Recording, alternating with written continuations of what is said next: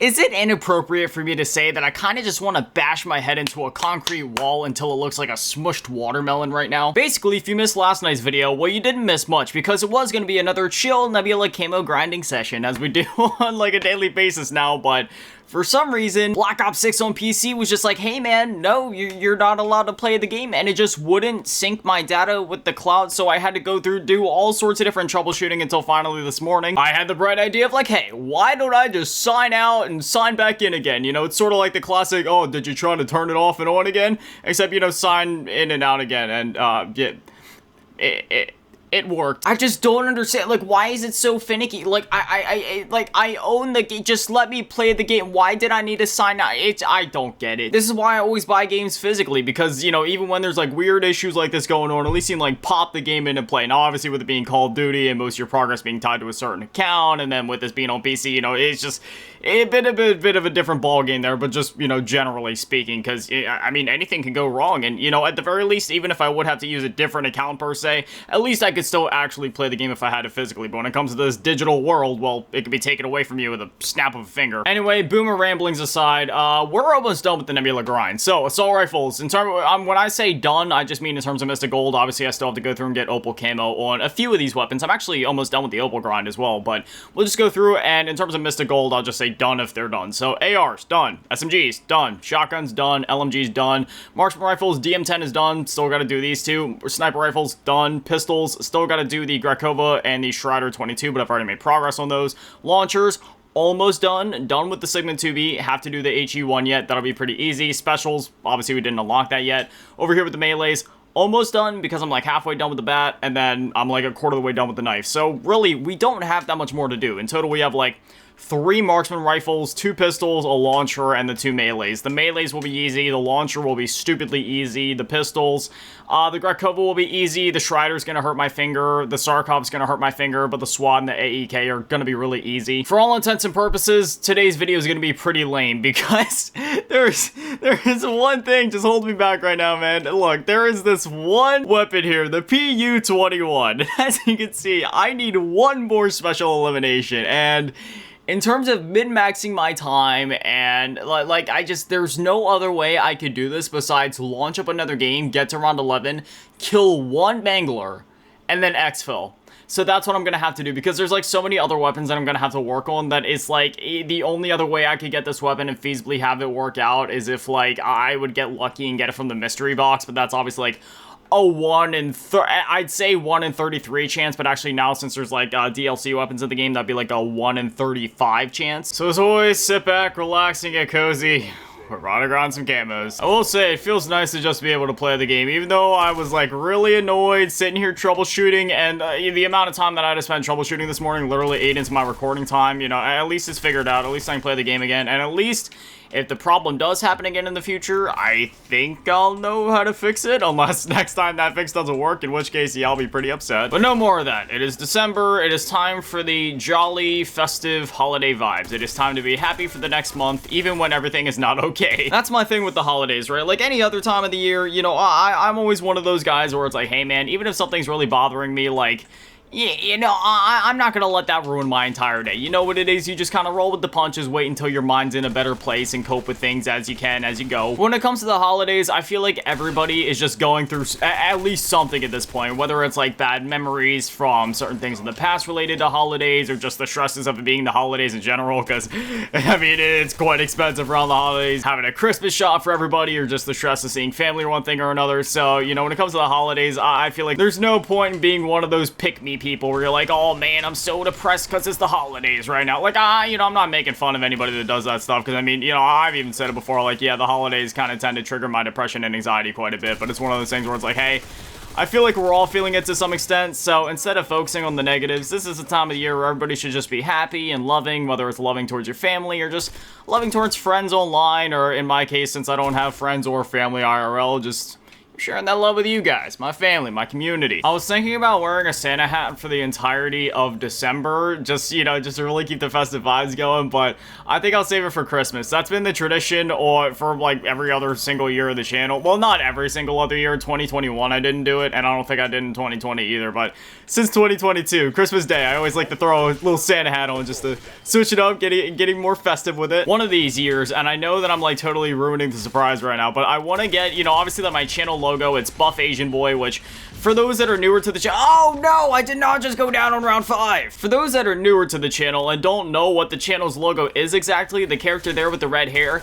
that is Buff Asian Boy. That is the channel's OC, because back like in 2022, like September 2022, when I started making like Dark Souls videos and then subsequently Elden Ring videos later that year, we would always name the character in-game, and not even just in Dark Souls. This one I want to be a thing in like every other game that we've made, you know, some sort of like Let's Play series on. We name the character Buff Asian Boy. We make sure, you know, he's pretty buff. You know, he's not like overly buff, right? Like he's not some like absolutely disgustingly shredded and veiny and just, you know, hairy beast of a man, almost disgusting from how muscular he. No, it's nothing like that. He's just like a really, you know, buff Asian boy, and he's also Asian, and you know, he's got red hair. He, you know, it always has to be like that red anime hair or as close to it as possible. If they don't have the red anime hair available in the game, and by anime hair I basically just mean like Goku's hair but red, then anything just kind of long or emo looking works as well. Buff Asian Boy has been through many things. He has fought Nameless King. He has fought Millennia. He has fought the Royal Rat Vanguard. He slayed the Asylum Demon with one strike of the palm and parried Gwen out of existence. After many battles, even Soul of Cinder was at his mercy. The old grandmas at the beginning of Dark Souls 2 told him that he would lose all of his souls and that he would go hollow.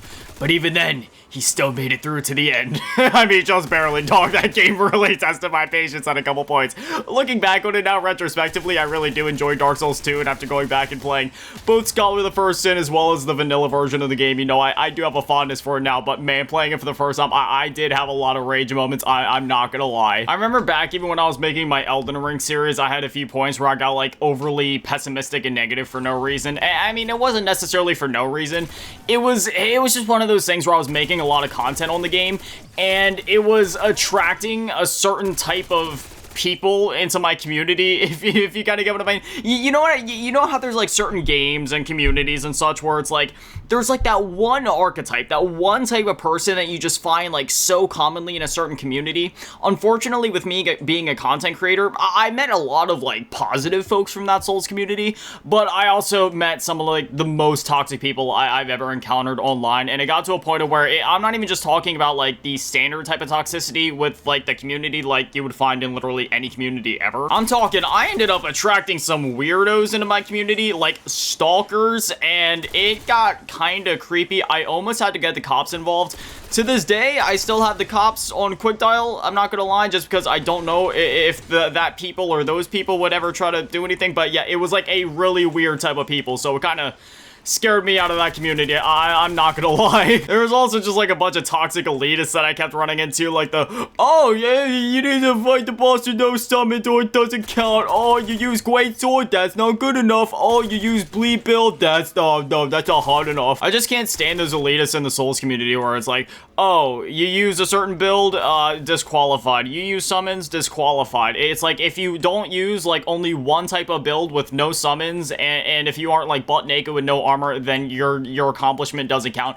Even though, brother, it is a role-playing game, an RPG, meaning you're supposed to use all those things in the game. Miyazaki and everybody else that worked on the game wouldn't have developed and coded all of those things if they weren't meant to be used. Brother, if I want to use a bleed build to destroy Millennia, I will. If I want to use a Mimic tier to fight Millennia, I will. If I want to go up against Elden Beast fists only butt naked, I will. I'll do whatever I want. Just let me enjoy the video game. I spent the money. That would be like in the Call of Duty community if I said, oh, you played Face Off to get Dark Matter camo, disqualified. You have to play hardcore search and destroy, but every time that you use full auto weapons, you can only have them on single fire, and furthermore, every single kill has to be a headshot, otherwise it does not count. Oh, also, I forgot to mention, you have to play the game on mute, blindfolded with your hands tied behind your back. Good luck. But then you'll have those people that say that that isn't hardcore enough, and then you need to actually like play the game with your toes and like, you know, put your big toe in each of the analog sticks and then somehow like wrap your pinky toe around to like hit the trigger. I don't even know how you play a game with your foot. But yeah, I always thought that was pretty stupid. But anyway,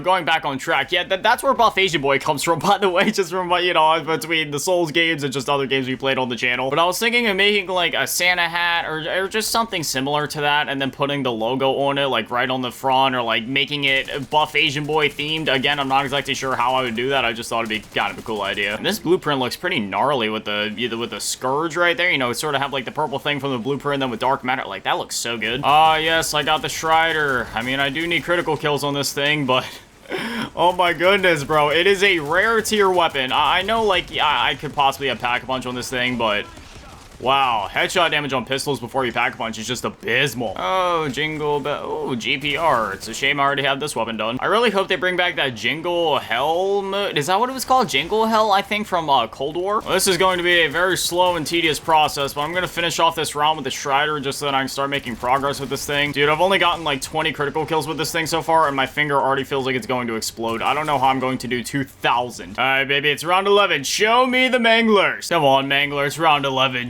Show your beautiful middle Russian zombie face. Aha, there he, she be. I'm just okay, that better be it. Opal camo, please. Yeah, there it is, baby. I told you we literally only needed one. Okay, exfil, here I come. Alrighty, time to exfil. Those are two things I hate about myself. My yawns and my sneezes. My sneezes, they're not obnoxiously loud. They're just kind of gross. I'm like, ah, achoo. You know, it's not like one of those cute sneezes. Like, you know how there was like some of those girls back in school, they'd be like, achoo. And it was like kind of cute, but no, mine are like it's just like, you know, kind of gross. And then my yawns are the same way. You know, again, it's like one of those things where, you know, you think of some people and they yawn, you know, like some girls or whatever, you know, they do their little yawn. It's like genuinely kind of adorable. Or even some dudes, you know, they kind of like do their yawn and it's like, man, they're like, oh, yeah, you know, just like, you know, tired after a long day's work or whatever. You know, you got cats where they do their little meow and they look all peaceful. No, me. Well, I wish I'm doing it's just gross. I can't stand those people that fake yawn all the time, too. I'll never understand why people do that. There's some people that just sit there, like, fake yawning, and it's like, brother, what are you trying to prove? That you're tired from what? Sitting on your ass? All right, now, if we come over here, which, you know, yeah, okay, yeah, we have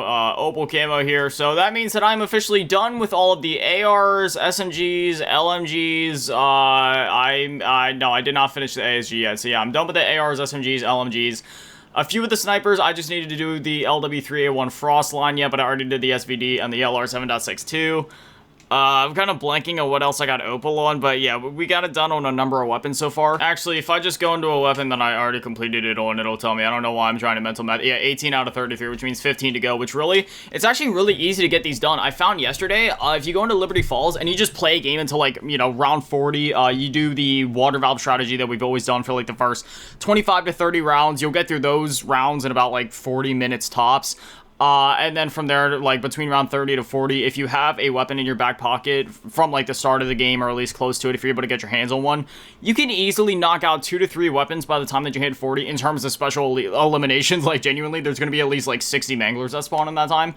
So it's really easy. So for me, those 15 weapons, that would only take me like maybe 7 matches of getting to round 40, which I can easily do within like an hour to an hour and 15 minutes per match. Hour 15 if I'm going really slow, hour if I'm really min-maxing it with the water valve strategy. So yeah, that'll be pretty easy, you know, even for certain weapons like this, as long as I put on the Napalm Burst ammo mod, and then, you know, keep pack-punching them and stuff, even stuff like the Strider and Grekova shouldn't be too bad. GS45 will obviously be easy peasy. Same thing with the 9mm, that pistol seems to be at least relatively balanced better than these other 2 pistols are. As I mentioned before, the Sigma 2V was actually a lot of fun to get Mystic Gold, so I'm actually really looking forward to going through and getting these special limbs with that, because it's, you know, really powerful against Manglers as well.